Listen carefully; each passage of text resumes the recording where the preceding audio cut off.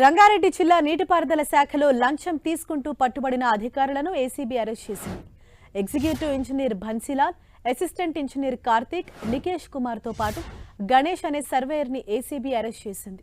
ఓ భవన నిర్మాణ అనుమతి కోసం అధికారులు లంచం డిమాండ్ చేశారు. బాధితుడి ఫిర్యాదుతో లంచం అడిగిన అధికారులను ఏసీబీ పట్టుకుంది.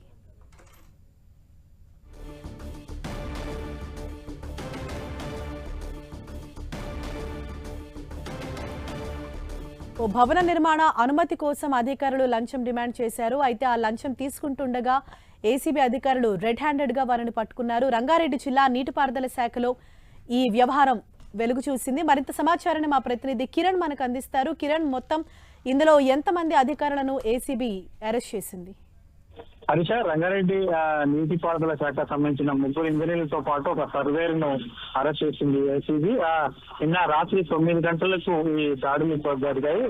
ఈ రోజు ఉదయం 7 గంటల వరకు కూడా ఈ ఏసీబీ సోదాలు చేసి నలుగురిని అదుపులో తీసుకుంది. తెల్లవారుజామున 7 గంటల ప్రాంతాల్లో కూడా ఆ నలుగురిని ఇటు నాంపల్లిలోని ఏసీబీ కార్యాలయానికి తరలించడం జరిగింది. ఇక executive engineer Bansilal, assistant engineer Karthik, Nikesh Kumar తో పాటు సర్వేయర్ గణేష్ ని కూడా ప్రస్తుతానికి ఏసీబీ అధికారులు అరెస్ట్ చేసింది.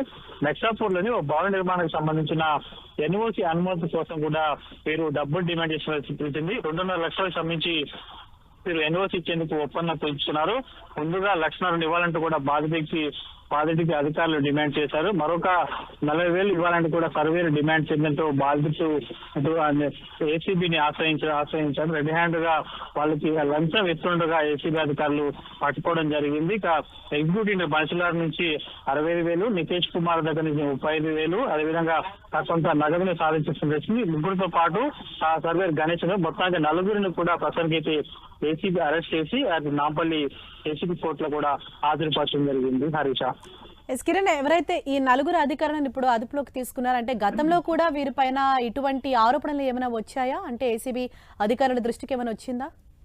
మనకు అందుతున్న సమాచారం ప్రకారం అయితే మొదటిగా ఎన్ఓసీ సంబంధించిన విషయంలోనే వీరి పాత్ర ఉన్నట్టుగా తెలిసింది. డీల్కి సంబంధించి ఎవరైతే ఎన్ఓసీ కోసం దరఖాస్తు చేసుకున్నారో అందుకు సంబంధించిన సర్వేరు కీలక పాత్ర పోషించినట్టుగా మనకైతే సమాచారం ఉంటుంది. సర్వేర్ ద్వారాగానే వీరంతా 2.5 లక్షలకు సంబంధించి కూడా ఒక ఒప్పందం కుదుర్చుకున్నారు. ముందుగా 1.5 లక్ష, తర్వాత మిగతా అమౌంట్ ఇవ్వాలని చెప్పారు. ఆ తర్వాత కూడా మరొక 40 రూపాయలు గణేష్ అడగడంతో కూడా విసిగిపోయిన బాధితుడు ఏసీబీని ఆశ్రయించినట్టుగా మనకైతే సమాచారం ఉంటుంది.